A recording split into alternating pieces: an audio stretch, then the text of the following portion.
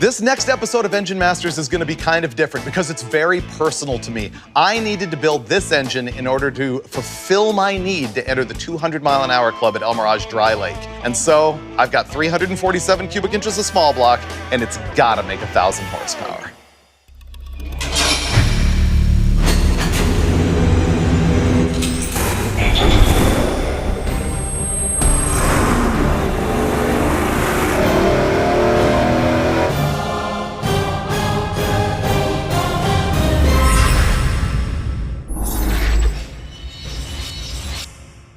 Welcome to Engine Masters, presented by AMSOIL, where this time it's going to be all about me and this engine and my quest to get in the 200-mile-an-hour club at El Mirage Dry Lake. Land speed racing, that's what this is all about. The car this is going in, you might even be familiar with if you are a fan of my other show, Roadkill. It's a second-gen Camaro that we have normally raced at the Bonneville Salt Flats. It's been as fast as 261 miles an hour. We've set a ton of records with that car, but naturally when I put it on Roadkill, it's the only time I've ever gone to a land speed racing meet and not set a record, and we haven't run the car since then, and I'm ready to make that right. This thing is gonna go in that car and get me in the 200-mile-an-hour club at El Mirage Dry Lake. You know, if it's the last thing I do. I've spent a lot of money making this happen, which is why this is gonna be a very personal episode.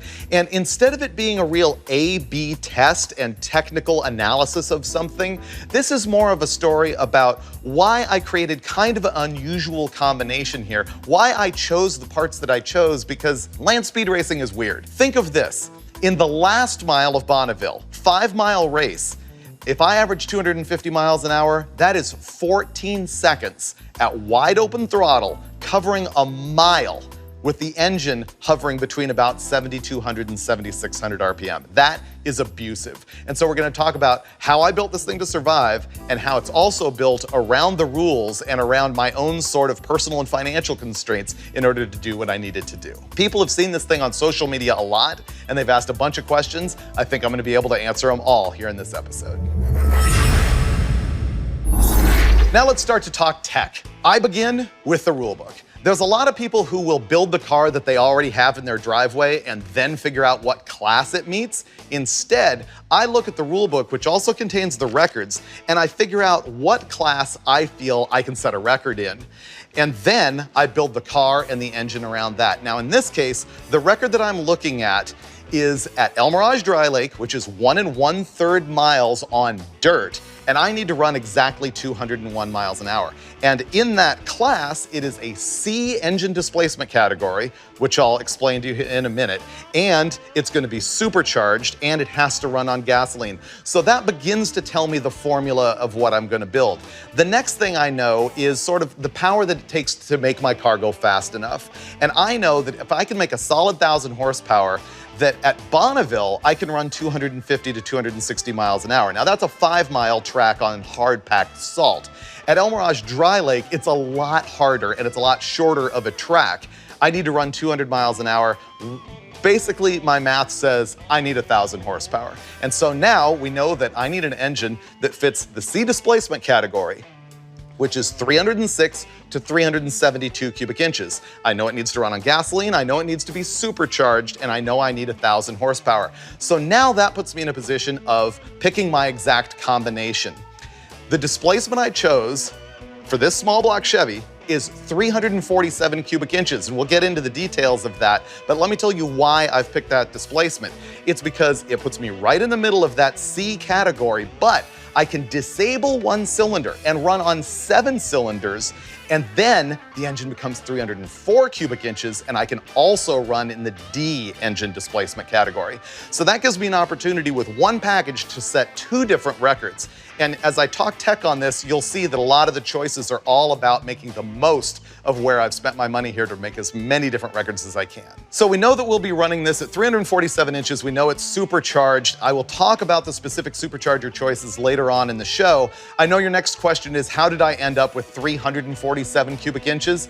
Well, I've got an aftermarket block here that has a big bore and a short stroke. The bore is 4 1/8 inches and the stroke is 3 1/4 inches. And so when you multiply multiply that by 8 cylinders, that is 347 cubic inches.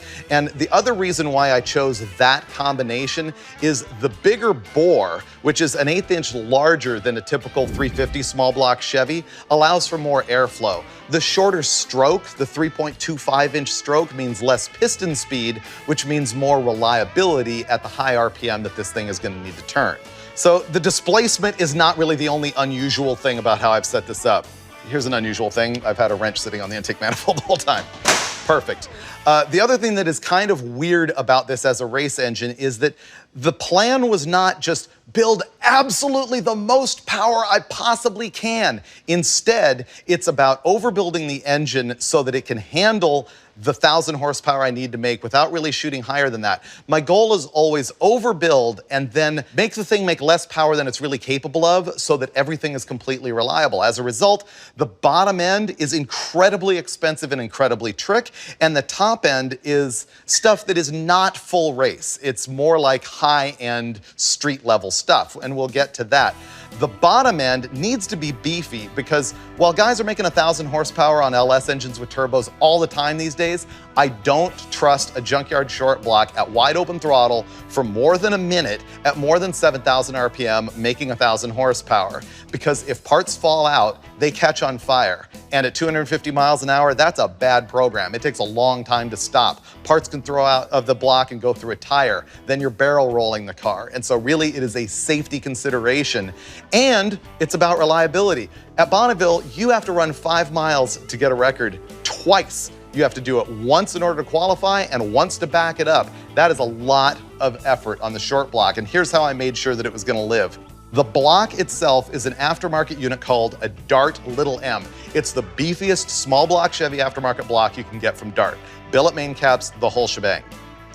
The crank and rods I custom ordered from Crower. The thing that makes the crank trick is not just the super high quality, but also that it has a big block Chevy snout on it, which is larger diameter and stronger and cut with 2 keyways to survive the loads of the supercharger being driven off of it. And that means that it also has a special timing chain and a special front cover on it. By the way, this front cover is from Milodon. Everybody asks me about that. The other beef in the short block is in the very custom JE pistons that they made for me. These things are 2618 forgings. They have super precision ring grooves in them and 1.2 and 1.5 millimeter rings. The dome on them is custom made once again so that I can do something really freaky, which is change the volume of the combustion chamber in the heads to run low compression supercharged and high compression if I ever decide to go naturally aspirated. This is really weird. The dome is set up so that with this chamber on it, which is 78 cc's, it's 11.25 to 1 compression. If I put a 64 cc chamber on it, it is almost 14 to 1. So once again, I'm making choices that let me spend my money to use the same parts multiple ways for multiple records. And that piston itself is just beef. It's coated, it's trick. Next, let's get into the oiling system. Thing is, I really wish that I could have afforded a dry sump. It would have been the best thing for safety and reliability on this thing, but it's expensive and complicated. Instead, I have a custom-made aluminum fabricated pan from Billet Fabrications and a Titan pump. I had this in the car on a different engine, and the thing I'll need to do in the car is run vent lines from the valve covers down to these ports that I've got on the oil pan so that it balances the pressure between the crankcase and the top end so that all the oil doesn't gather up at the top. The other thing is, in the past, I've run screens in the lifter valley, and those are designed to keep chunks from getting down into the bottom end if you ever have a failure of any kind, but they also don't let the oil back down. And so we've made mods here to let all the oil get back in the pan so it doesn't pump up into the top while we're going down the track. Now let's talk about the top end, which is comparatively not that trick. And the reason I say that is it's not super high-end 12-degree race heads. It is not a sheet metal intake manifold. The camshaft is not like roller bearings or a large core diameter or special lifter angle or anything like that. They're off-the-shelf parts, stuff that you can buy.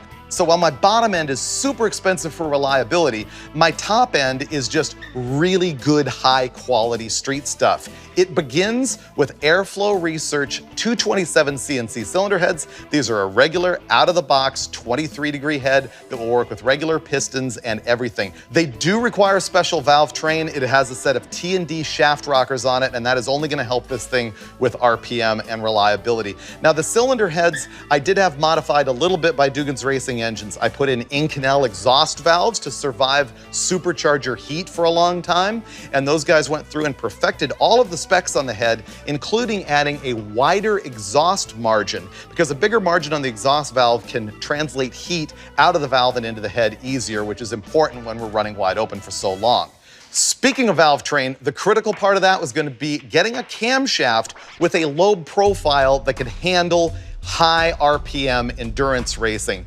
So Brule and I went through and we kind of knew what duration we wanted. We kind of knew those basic specs, but we had to talk to Billy Godbold, who is the camshaft designer at Comp, and get him to give us sort of the secret special backdoor, profile that he knew was going to be able to handle even more RPM than what we're dealing with here. The cam lobe he picked is good for 8,700 RPM, and I hope to never actually get there, which means it's going to be perfectly safe below 8,000 RPM.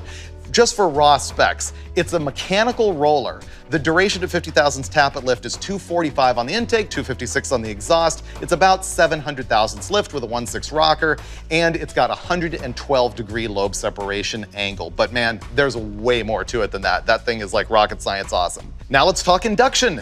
Basically, not trick. This is an off-the-shelf Edelbrock Victor E single plane intake manifold. This is their unit that's designed specifically for multi-point fuel injection. That's why I got it.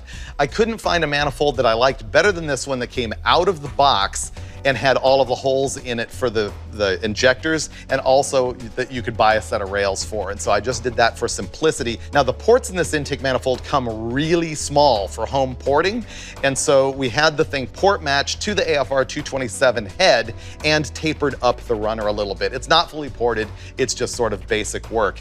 And of course, I'm controlling the whole thing with Holley EFI. Normally on an engine at this level, somebody would use their Dominator kit. We're just using the middle of the road Holley HP EFI tuner. And I've also got Holley's elbow on here and their 105mm throttle body. And you'll see later in the show why this is pointed off towards seemingly the wrong side of the intake manifold. We've also got Holley's distributor in here, which is the dual sync, meaning it's got sensors in there that double as both a crank sensor and a cam sensor. And last thing, headers. This is only a 1 3/4 inch tube on these headers, which is really small for something making 1,000 horsepower.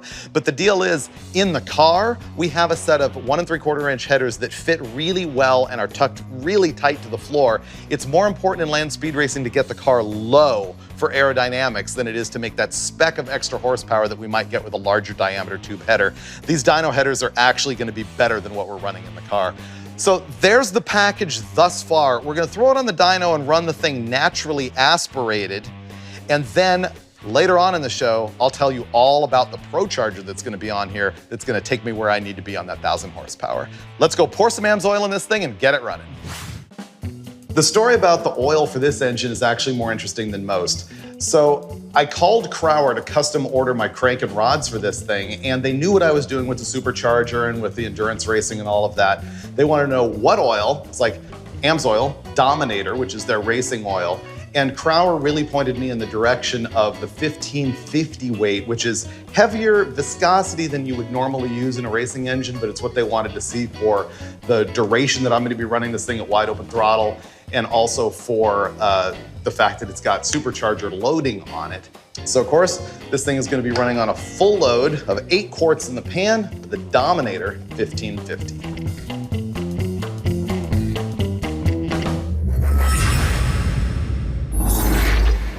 This is it. We're going to show you how this thing runs to 8,000 RPM naturally aspirated. Nervous?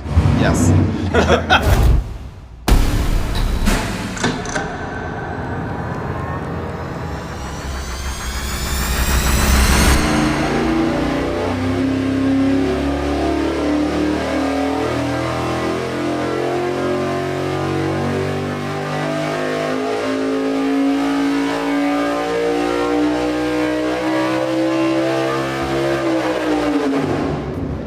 Okay, so we just made 432 pound-feet of torque at 5,400 RPM, and the horsepower peak was 534 up at 6,900. But in this case, those power peaks weren't really the point of what we're doing here. This is more like a checkup, a look-see.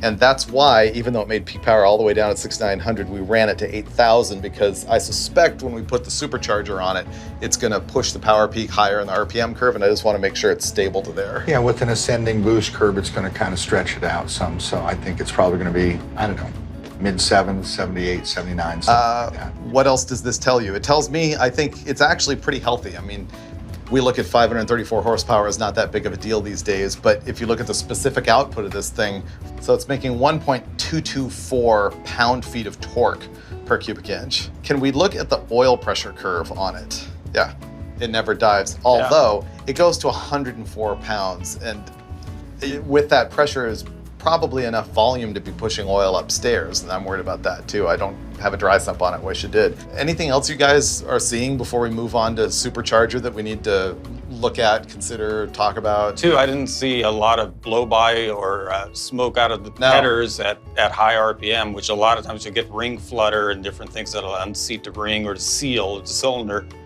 This thing was pretty darn clean. It has a 1.3, 1.5 ring pack in it, which seems thin, especially for the supercharger and anything. But you know, the new thought is that, what? Oh no, I'm just smiling because you start seeing that a lot more, and guys go, how narrow on a blower motor? Yeah, but what it is it's ring to wall conformability that maintains the seal. You know, we used to think that you needed a 5/64 ring or a 16th inch, you know, thick piston ring to transfer heat and to maintain tension and to seal, but the trend is just towards thinner and thinner, and the custom pistons, like, there is no up and down wobble at all on the piston ring. It is in the groove. And they're custom made so that the ring is further down the piston than it normally would be, so that it can endure the heat for the longer distance. Okay, so I think we know what we need to know naturally aspirated, so we're gonna move on to hanging the supercharger on this thing and working it up from there. So there you go, 535 horsepower from 347 cubic inches. And you know what? We ran this thing on a carburetor in earlier testing and made almost 550 with it. The thing that is of value to you about that is a whole bunch of fans have asked us to show a big bore short stroke, high RPM, naturally aspirated combo, and basically, there you go. Now, a reason why it's important for me to make as much naturally aspirated horsepower as I affordably and practically can is that the more NA power that you make, the more power you're gonna make blown with a lower boost number, and that lower boost number builds less heat and tends to be more reliable. So I'm happy with that 530, 540 kind of horsepower number. Now, the superchargers that I'm gonna use is right there. The ProCharger F1A94. I've become a ProCharger guy. Go back a couple episodes on Engine Masters and you'll see that we put one of these things with a rib drive belt, a serpentine belt, on a stock 350 small block Chevy and made like 765 horsepower. This is that race unit. You can buy it with a cog drive directly from ProCharger. Now, a lot of people have asked me, why aren't you using a turbo? Turbos are the latest and greatest thing. You can make so much more power. And I can't deny it. I could make more power with a turbocharger on this thing than I can with this particular ProCharger. But there are reasons why I didn't want to run a turbo. Let's look into that a little bit. First of all, the ProCharger goes on and off the cylinder head with 3 bolts. 3 bolts in a belt, and I can remove or install this supercharger, which is important for a couple reasons. Serviceability, which is a minor reason. The bigger reason is, once again, changing racing classes from blown to unblown. The turbo kit is gonna completely involve the whole exhaust system. It's not gonna be easy to just get on and off the car, whereas this is. So that's really important to me. Also, with the turbocharger, it has the potential to have a lot of brute low-end torque. I don't really want to have to manage that, even with my EFI program. I'm trying to go 200 miles an hour on a dirt road. Traction and acceleration are a big problem. This centrifugal supercharger has a rising boost curve that's gonna have a much more controllable power gain so that I can put the power to the ground so I can get down the track. And that's a very real thing. The other thing about the turbocharger, at the kind of 20 PSI range, 1,000 horsepower range that we're looking at here, you've seen even on the dyno how exhaust parts will glow red hot. That is a problem in a land speed car going down the track because there's no airflow through the engine compartment because the grill is blocked for aerodynamics. I don't want glowing red hot metal parts in my engine compartment, especially because if I had a gas or a fuel leak and it touches that stuff, whoof, instant fire. That can happen anytime you're making this kind of power, but I believe personally it's a much greater risk with the turbocharger, so I am happy with the ProCharger. And we're gonna find out why right now, because we're gonna go bolt this thing up to the engine. It's gonna be super easy. All right. Now for some real power. What I've got here is a ProCharger F1A94, and this unit's good for right around 12 or 1300 horsepower. We're looking to make around 1,000 with the small block Chevy. And it mounts right here. The centrifugal supercharger is much like a turbo, but instead of using the exhaust to drive it, it's driven by the crankshaft. Now here we've upgraded the drive from a typical serpentine to a cog belt, and that eliminates any possibility of slip. Now the crankshaft at max speed is going to be at 8,000 RPM at this engine. You have a drive ratio between the drive gear and the driven gear, but also inside the housing here, we have a step-up ratio. This one is 5.4 to 1. In other words, for every turn here, the impeller is going to be turning 5.4 times faster, up to a maximum speed, as indicated on the data plate here, of 74,000 RPM. We're going to get this hooked up to an intercooler and then into the air intake, into the engine.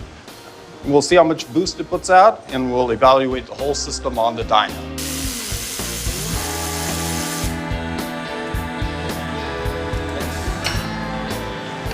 Yeah. Hey, Brule, what's going on here, man? Is Freiberger in his trailer? I mean, it's his motor. We're doing all the heavy lifting here. Makeup.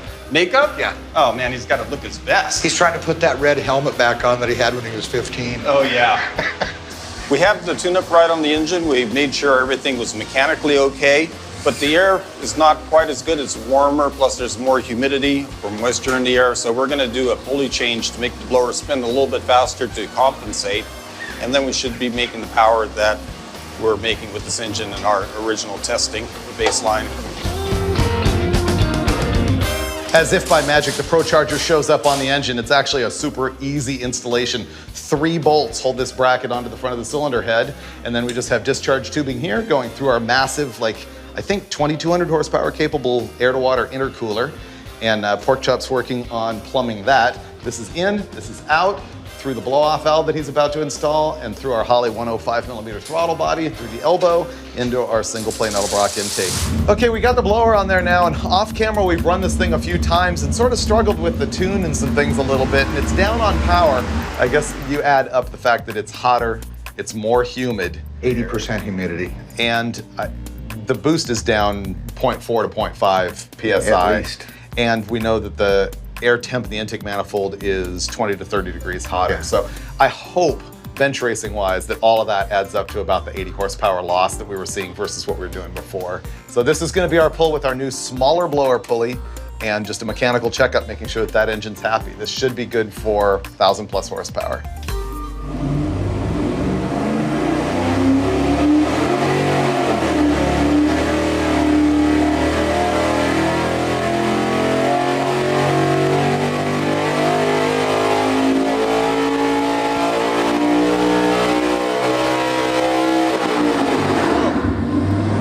Pretty good. Was it good? Yeah, I saw like 1075. I was kind of pegged left eye on the air fuel meter and right eye on the motor. I had your trust on the AFR. I was looking at oil pressure and fuel pressure. Perfect. So yeah, that was good that time. It was a good change. Yeah. Yeah, and it's still on its way up, 7,600 RPM, 1,070 horsepower, and 760 pound-feet of torque. Yep. When we started out, we had a bit different fuel pressure that we had to spend a little time tuning around. So you need your own regulator on your rail. I'll bring my so that pump, doesn't too. happen. Yeah. You can't mess around because the thing's going to be a wide open throttle like Forever. Forever. These things, you know, a 9-second pull seems like a long time. It's not anywhere close to what you're going to do to it. So I guess The real lesson here is that when you come to the dyno with something like this and you really have a specific plan on what you're going to do with the engine, it's not just a street drive around, do burnouts, make 1,000 horsepower with a junkyard motor. I mean, we learned a lot. And, it's a 347 cubic inch engine that makes 1,070 horsepower. It's not bad. Yeah. Exactly. You know what? Thank you always for your help with my actual racing program. Yeah, it's and cool. I'll expect you to be there with me at the garage. You know it. Let's go wrap this thing up. It's a really different game when you've got your own money riding on the dyno like that. I only want to get one thing out of this whole engine. What's that? For you to be happy with it. Oh, well, I'll get there. I feel like this has definitely been a step in the process. There's nothing I'm unhappy with. Right. It's just I want to go to a further level of tune and confidence, and I want to get more comfortable with the Holley EFI myself so that when I'm racing the thing, I can deal with it in the car. Well, yeah, if you're racing this, you've got to know every aspect of the engine, how it works, and all the intricacies of it for sure. You have to, because that situation is way riskier for this investment than it is running it on the dyno by a lot. But, 1,000 plus horsepower, 347 cubic inches, and I think, safe. Definitely nowhere near pushing the limits of anything here, except for we're at the RPM capability of the supercharger. I mean, a lot of times we're chasing a number, or we're just slamming the thing on the dyno, we're shooting it. We're doing a good job, but we're not taking it down Bonneville for like 30 seconds at wide open throttle. This is a different game. And I guess last thing, wrapping it up, what do you think my odds are? I think it's 100%. Think we're looking pretty good? Yeah. Yeah, we'll do it. I hope that when we actually run this thing at El Mirage and hopefully get in the 200 mile an hour club, I'm working on doing a documentary right here on Motor Trend. Maybe we'll get that done. But regardless, follow us on social media because you'll get to see what goes on with this engine in the future. So on Instagram and Facebook, we are at Engine Masters, and I'm at David Freiberger. He's at Steve Dulcich. Brule is at Dyno Brule. And of course, you can also follow our sponsor at Amsoil Inc. We appreciate all of their help, and also the guys at Holley who helped make this happen. And on this particular episode, I really appreciate the support that I got from Airflow Research and Comp Cams as well. So that's it for this Engine Masters presented by Amsoil.